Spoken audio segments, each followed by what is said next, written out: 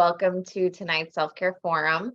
So Garnet Health hosts these virtual self-care forums on a variety of topics throughout the year, and we do this to help promote healthy lifestyles and increase overall well-being. So we're very excited to have our expert panelists here with us tonight. So I'll start by introducing them, and then we'll jump right into the discussion. And if you have any questions throughout the webinar, please feel free to use the Q&A feature located at the bottom of your screen, and then we'll address those at the end of the presentation. So on tonight's panel, we have Dr. John Basada. He's the Chief Family Medicine Resident. And then we also have Dr. Austin Vaughn, who is an Emergency Medicine Resident. So with that, I will share my screen and then we will go into the presentation.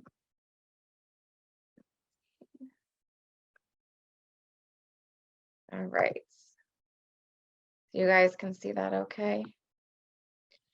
All right, so ED versus urgent care, how do you choose? So we'll start with Dr. Vaughn, and here we go. So first we'll talk a little bit about COVID-19 and flu symptoms, kind of what to look for, and then how to address these with versus ED versus urgent care. So common symptoms of COVID-19, primarily fevers, chills, cough. You can start to develop shortness of breath while at rest or with activity. Body aches is a very common symptom as well. Nausea, vomiting, diarrhea are less likely but can occur. And then other things like headache, sore throat, congestion, or runny nose. Similar symptoms are seen with the flu. Again, fevers and chills, cough. A big one with the flu is body and muscle aches. Vomiting is seen more commonly in children than it is adults. So those with kids, that's something to watch out for. And then sore throat, headache, congestion.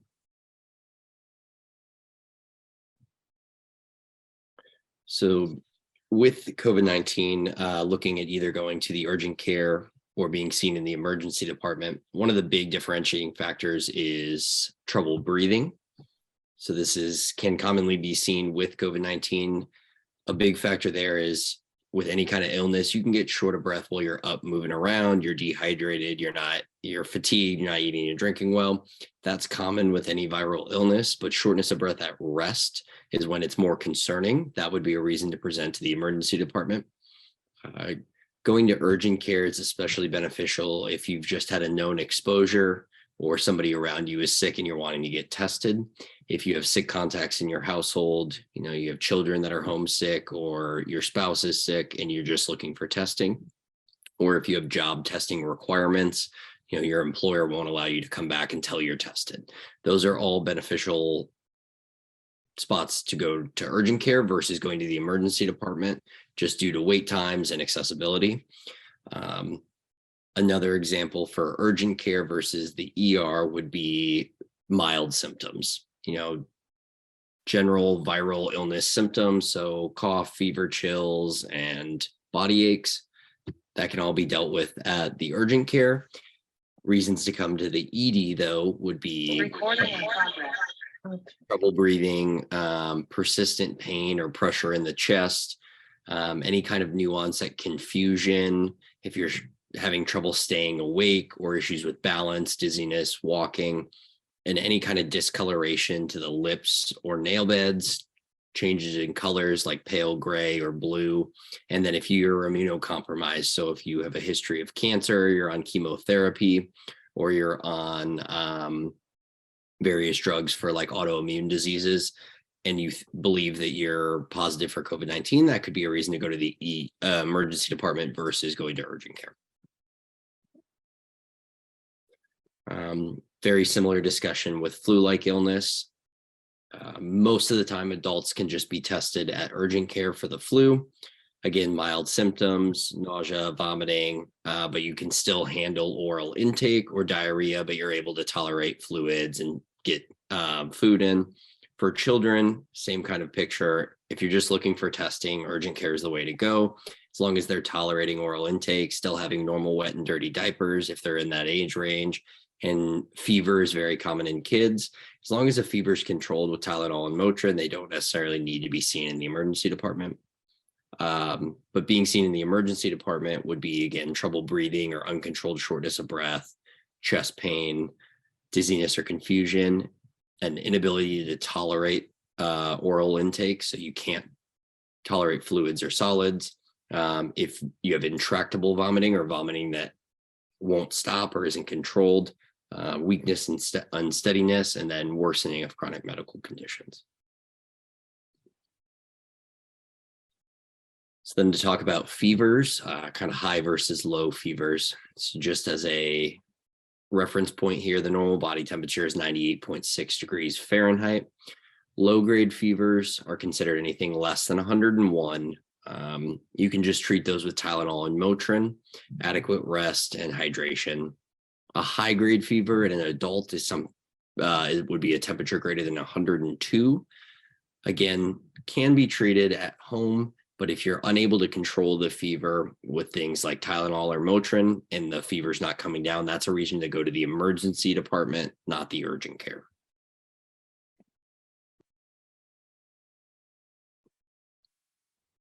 Just to clarify, kind of shortness of breath, difficulty breathing, we measure this using a pulse ox, which you can see in the bottom right-hand corner. That's the device that goes on your finger and measures your oxygen saturation in your body. So reasons to come to the emergency department is if you're having worsening shortness of breath associated with underlying lung disease such as COPD and asthma, and it's not responsive to your home treatments. In the video here, you can see what is called retractions. So this is a child likely with asthma, and they're using their abdominal musculature to breathe. So they're unable to breathe without having to use these accessory muscles. And that is if you see this in a child, that's a reason to come to the emergency department. Other symptoms that would warrant coming to the emergency department is audible wheezing or wheezing that you can hear, an increased rate of breathing, not feeling like you can catch your breath and having to breathe very quickly, and a history of CHF and worsening symptoms, shortness of breath, swelling of the lower extremities, all reasons to come to the emergency department versus going to urgent care first.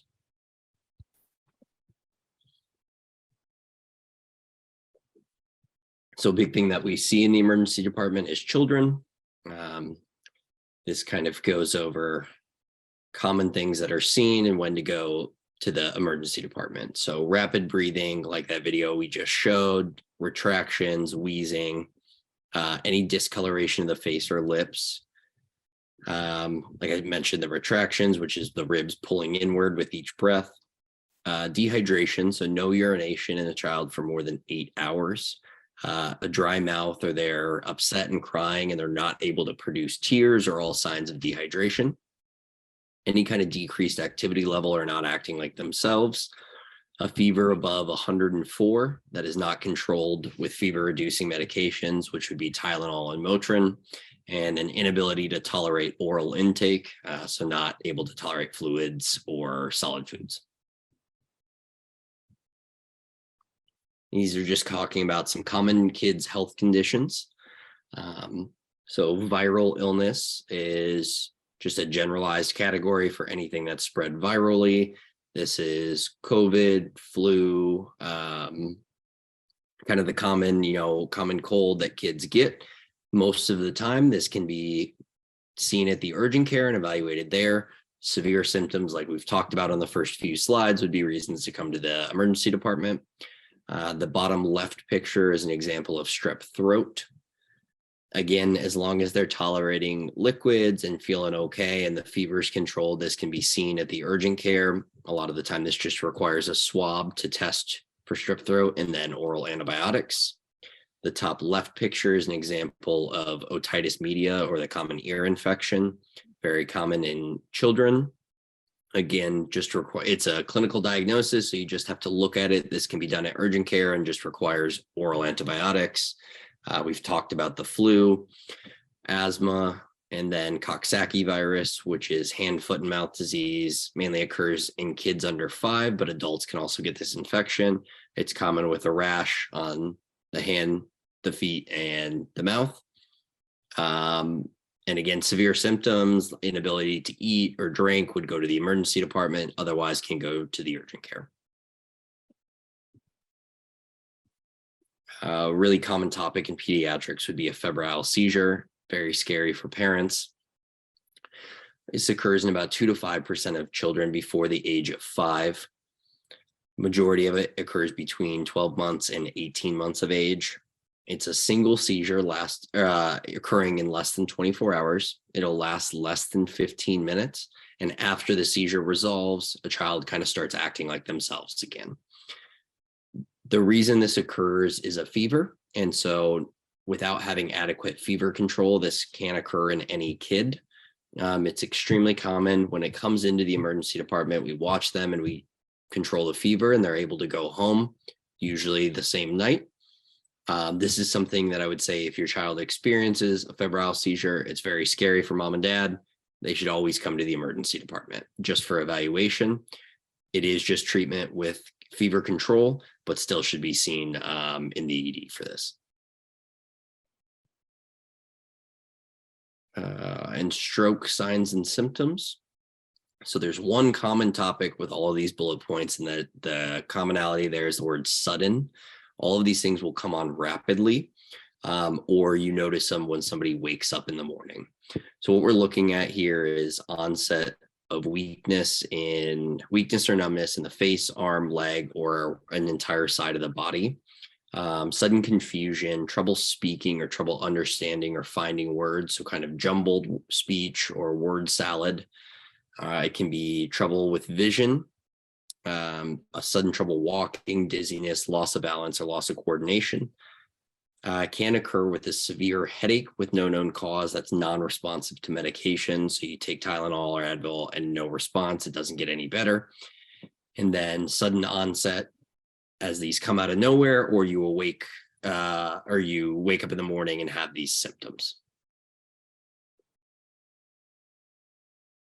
So one kind of mnemonic that can be used is the FAST mnemonic. So it's looking at F stands for face. So you can ask a person to smile.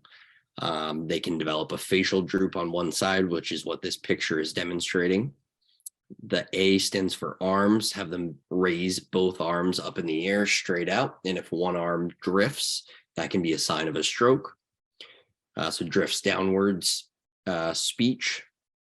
So slurred or strange speech, word salad, they have trouble understanding you or they have trouble expressing what they're trying to say. And then the T stands for timing, which is very important in stroke-like identification and symptoms. So if any of the above are present, you should call 911 immediately. This is a reason to go to the emergency department, not urgent care. The importance of timing is also the last known well. So when this person was last themselves or at their baseline, when somebody wakes up with this is their last known well becomes when they went to bed last night. If it happens acutely, it's very important to know that time. There's certain treatments that can only be given within a few hours of onset that can be beneficial for these stroke-like symptoms. All right, thank you very much, Dr. Vaughn. And now we will have Dr. Basada speak. Thank you guys for coming, and thank you for everyone for joining us today. Something that I want to start with in talking about when to go to emergency room versus urgent care is mental health. Mental health resources, unfortunately, not as available in Orange and Sullivan County as we would like it to be. So unfortunately, you have to sometimes, in certain situation, you have to use ER or urgent care or, need immediate assistance. So definitely right off the bat, any thoughts of self-harm, whether for yourself or someone that you know or a close relative, suicidal or homicidal thoughts, to go immediately to the emergency room. Other resources that you can utilize in a situation like this, the suicide and crisis hotline, it's 988, or the mobile mental health, which I believe is available in Orange County and Sullivan, and the helpline. And I listed the phone numbers here in case. But again, any thoughts of self-harm, absolutely, you can go to the emergency room right away. Other common presentation or common reason to go to the emergency room for mental health is severe hallucination or paranoia, drug ingestion or overdose, whether accidentally or intentionally.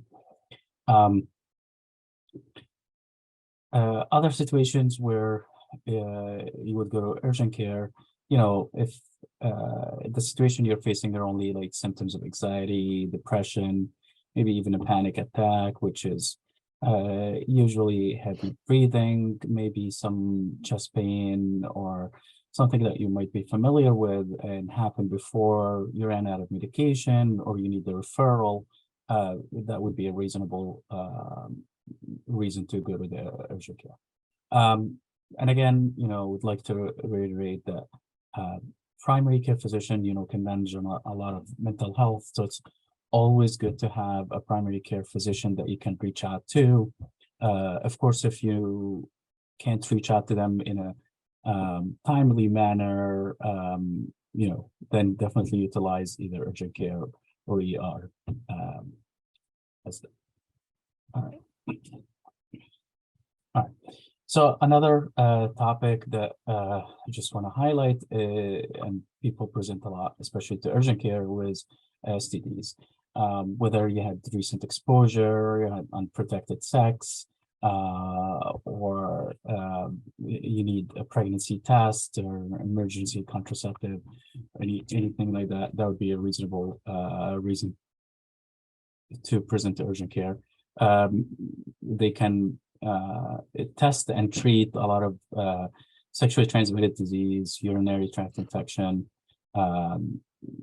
like chlamydia, gonorrhea, Hep C, HIV. Of course, they can test it, but to initiate treatment for that, would be either primary care or infectious disease physician.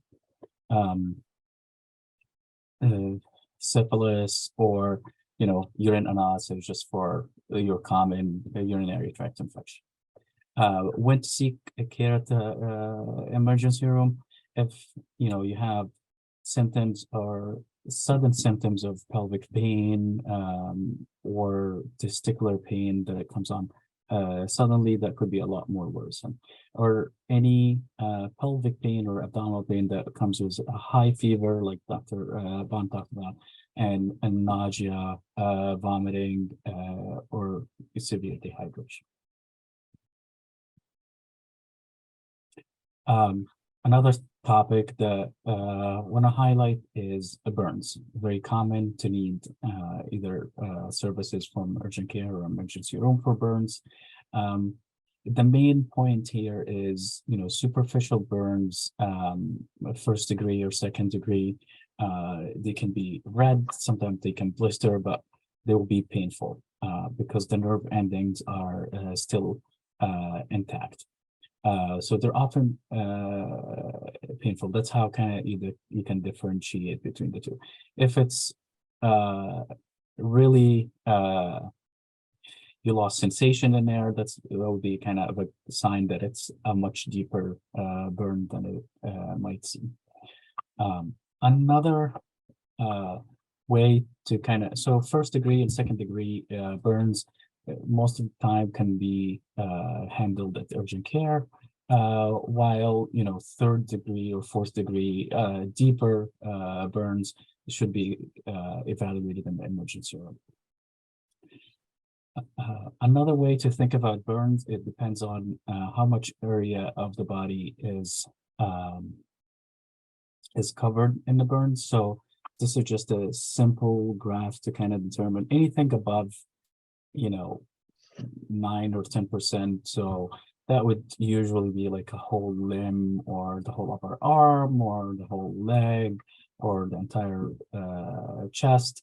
If an entire area of the body, that usually means this is a big enough area to be handled in the emergency room and be evaluated there.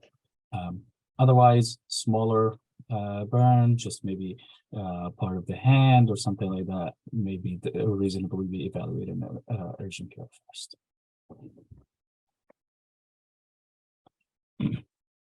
Another reason to present to either emergency room or urgent care is cuts and laceration. They're fairly common.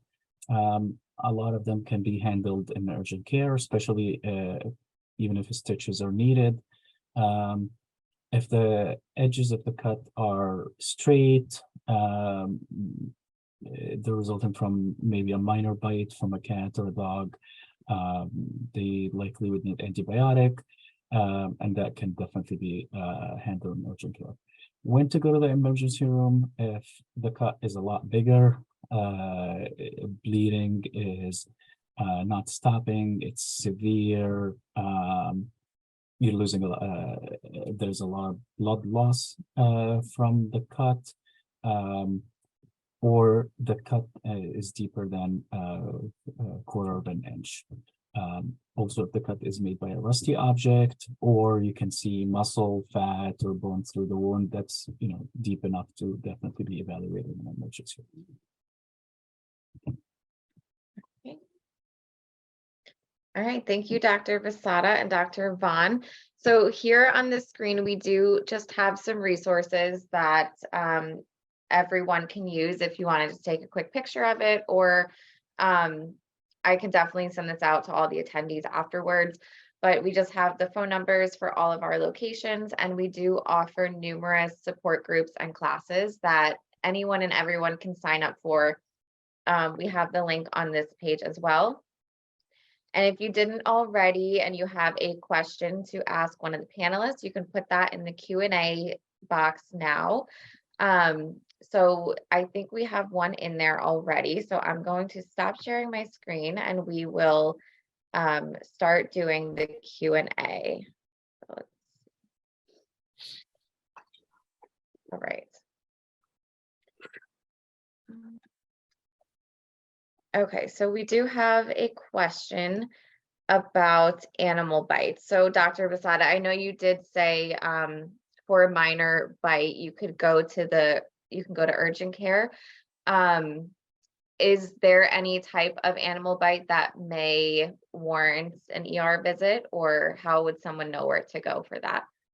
Yeah, so for the most part, I think most animal bites can be evaluated in urgent care, at least initially. If the bites is severe and the cut is deeper than quarter of an inch, like we mentioned, or there is fat or bone under that appears visible to the naked eye, then maybe that would be reasonable to go straight to the emergency room in that case. Okay, perfect. And we do have another one here as well. Let me see. So, so my son is very accident prone and he hit his head earlier this week. How do I know if he has a concussion or not, or should I just automatically bring him to get checked out? Yeah, so I can kind of talk on that one.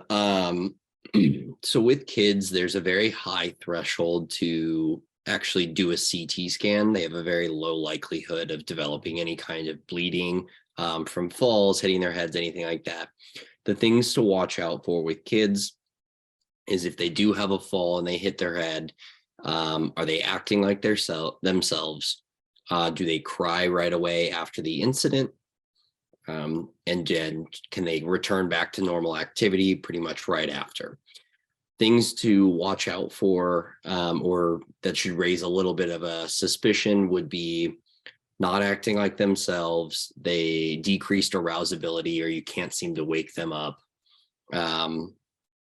any kind of confusion, slurred speech, dizziness, off balance. Those are all reasons to get them in and get evaluated. But most of the time, kids can develop little minor concussions or just fall and have a little head injury and need no evaluation at all. Okay, good to know. Thank you. All right, another question that we have here. If I don't have health insurance, does that change where I can go to seek care?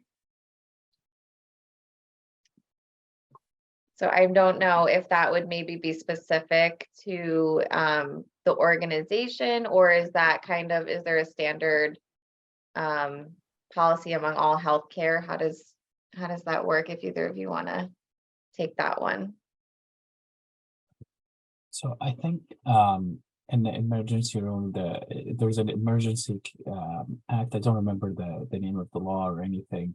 But if someone without insurance presents in the emergency room, regardless of the insurance status, he has to be at least stabilized and treated. I believe that does not apply to urgent cares. Whether there is a difference in, organizational policy or anything that I'm not aware of. Okay, great. Let's see here. Okay, we have one more question in here. She wrote, during nice weather, I'm always working in my garden and I am constantly seeing garden snakes. If I were to ever get bit, where should I go for that? So for a snake bite evaluation, I would recommend going to the emergency department. One thing to watch out for with snake bites is, in an ideal world, if you can either physically bring in the snake, or if you can take a picture of it, it's helpful in identifying what kind of snake it was and if there's any poisonous aspect to be considered. That doesn't always happen, but that would be something that should be evaluated in the emergency department. Okay, great. Let me see one. Okay, so another question that people have is regarding to stroke. So Dr. Vaughn, I know you mentioned the FAST acronym for that, so the mnemonic. So in regard to the timing, so they've heard that you have an hour until, basically you have an hour to get help. Does that apply to the timing? Because I know you had wrote some treatment options are only available within 3 hours of symptom onset. So is it, I mean, obviously it's probably best to get them there as soon as possible. If they're not there within 3 hours, what are the chances of kind of, I guess, permanent damage? Yeah, so with a stroke, it's obviously it is a blood clot, and so it is ischemic damage or lack of blood flow damage. So the longer it goes, the worse the damage can get. So timing is kind of everything in stroke symptoms and stroke workups. That's why timing is so important with it. When I say certain treatments are only available, there is like anticoagulation or trying to break up the clot itself. And those medications can only be given within a certain window. That doesn't mean there's not other treatment options, but that one main medication can only be given within a certain window of time. If you're outside of that window, then you can't necessarily do that. So that's why when these symptoms occur rapidly and somebody sees this decline right away, it's important to note that time and get help as quick as possible. Okay, great. Thank you. All right. And we have another question in regards to broken bones. So can a broken bone be fixed at urgent care? I always bring my kids to the emergency room, but the wait time is usually ridiculous. Can I go to urgent care for that? Yeah, so for fractures, most fracture, if they're non-displaced, meaning the bones are not, sticking out of someone, or there's clear deformity in the arm or the leg or anything, then that probably can be at least stabilized in urgent care and being cast in urgent care after the x-ray and everything, and then you can follow up with ortho.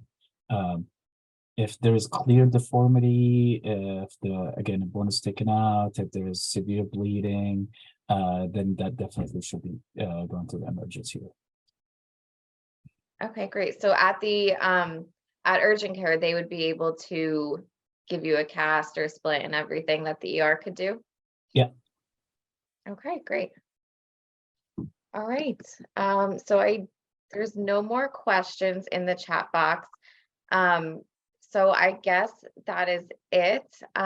Thank you guys so much for joining us and giving us that presentation. And thank you for everyone who joined us tonight. If anyone has any questions, you can feel free to contact us, and we can definitely get anything answered for you that you guys might need.